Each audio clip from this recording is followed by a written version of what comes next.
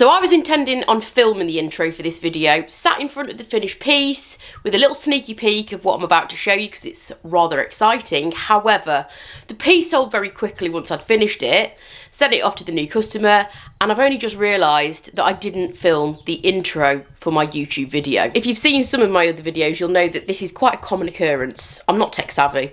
So here's the intro.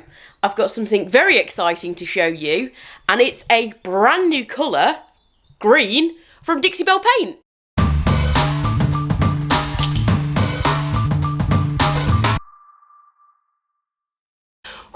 Let's just take it down a notch. That was very excitable. I am excited because Thicket Chalk are launching some new colours, and within that release there are some greens. And if you know me, or if you followed me for a while, you'll know that I absolutely love anything green. All the greens, from the zingiest, brightest shade down to the more muted kind of olivey tones, and pretty much anything in between. I'd happily paint in green for the rest of my life. So I am excited. This is the colour that I'm going to be using today. This is a brand new shade called Thicket. It's more kind of like an olivey tone, which is bang on trend at the minute, and I'm going to be painting this bookcase behind. So I'll show you what the paint looks like. I'll also show you the other brand new colours. You're going to have to wait and watch the video for a little while longer to see those, but first, a little bit of prep. So here's the little antique bookcase that I'm going to ruin with paint. Obviously that's a joke. If you follow me on my other social media platforms, you'll know that's a little bit of a running joke now. This is not an antique, it's a reproduction piece. It's in very good condition. They paint up super well. I've done quite a few of them in the past. They're usually quite a shiny, glossy finish, and we'll get to that in a second. But first, I'm just going to give it a really good clean with Dixie Belle's White Lightning cleaner. And this cleaner you do have to rinse, so just make sure when you've cleaned it you do give it a good rinse. I usually use a microfiber cloth dipped in some warm water and just keep rinsing it out, and just washing the cleaning residue off the surface.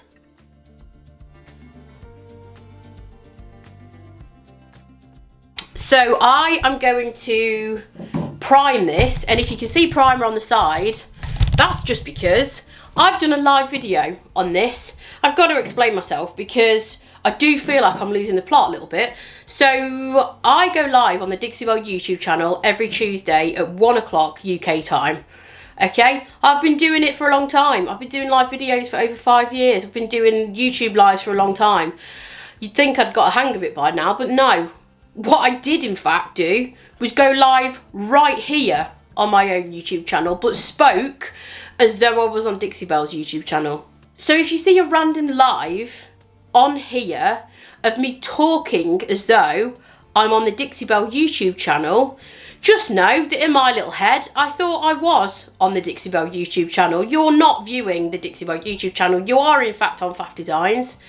It's just that I thought I'd switch channels, and clearly I hadn't.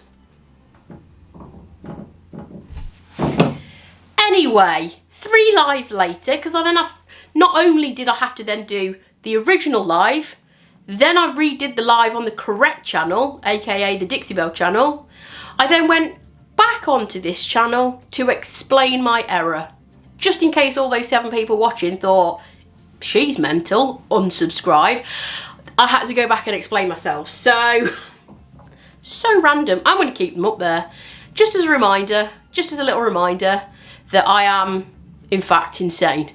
Anyway, back to prep. So as you can see, this is a very shiny, slippery surface. I've already primed this side, and I already primed this side on my live videos that I've just messed up. This is the primer that I'm going to use. This is Thicket Belle's problem solving primer.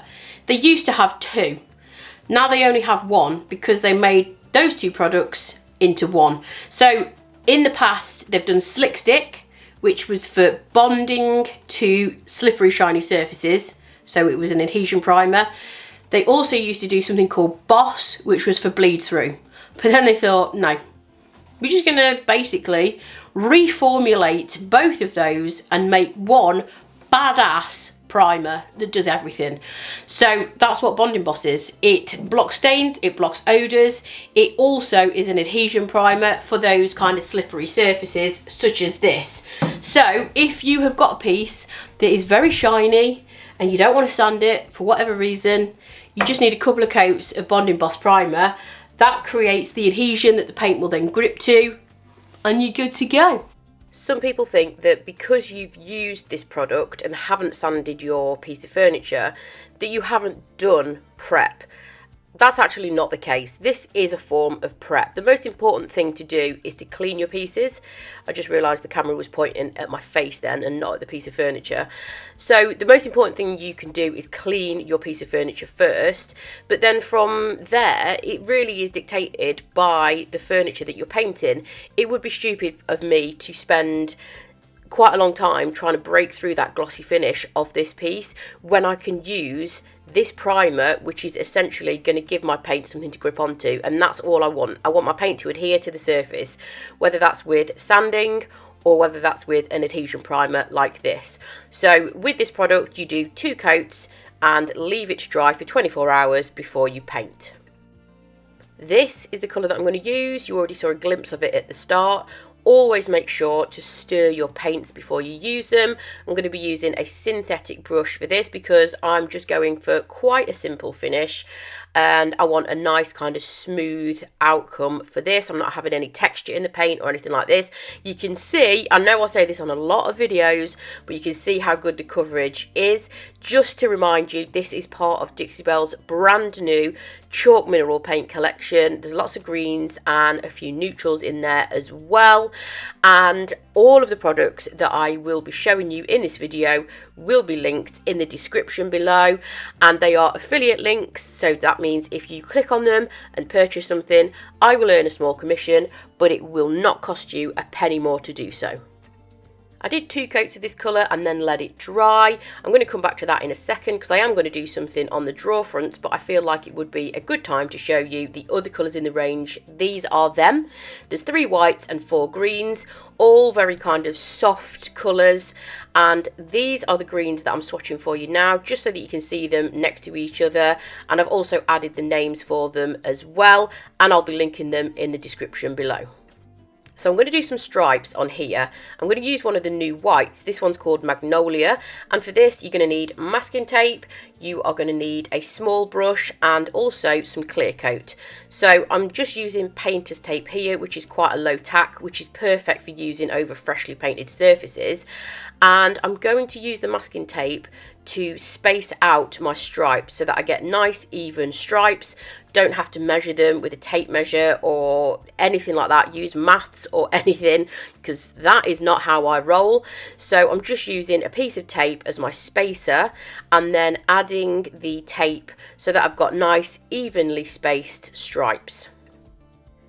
These drawers have got a little bit of beading around the edges, which does make it a little bit tricky, but all you need to do is just make sure your tape is pressed down really well and gets right into the kind of join in between the beading and the drawer front. You don't want any gaps in your masking tape because obviously your paint is going to seep under. And then what I'm going to do is seal the masking tape using Clear Coat. So this is just Clear Coat Satin. It's just the easiest product that I find to use.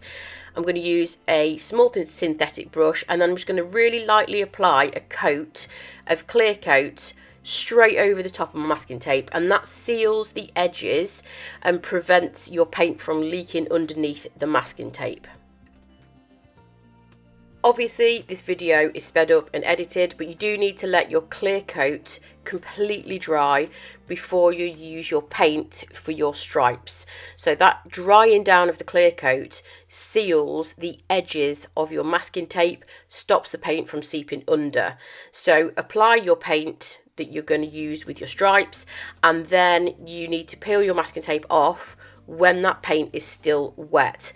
If you leave your paint to dry, you just risk cracking and peeling, so I just find it works best when you take your tape off when the paint is wet.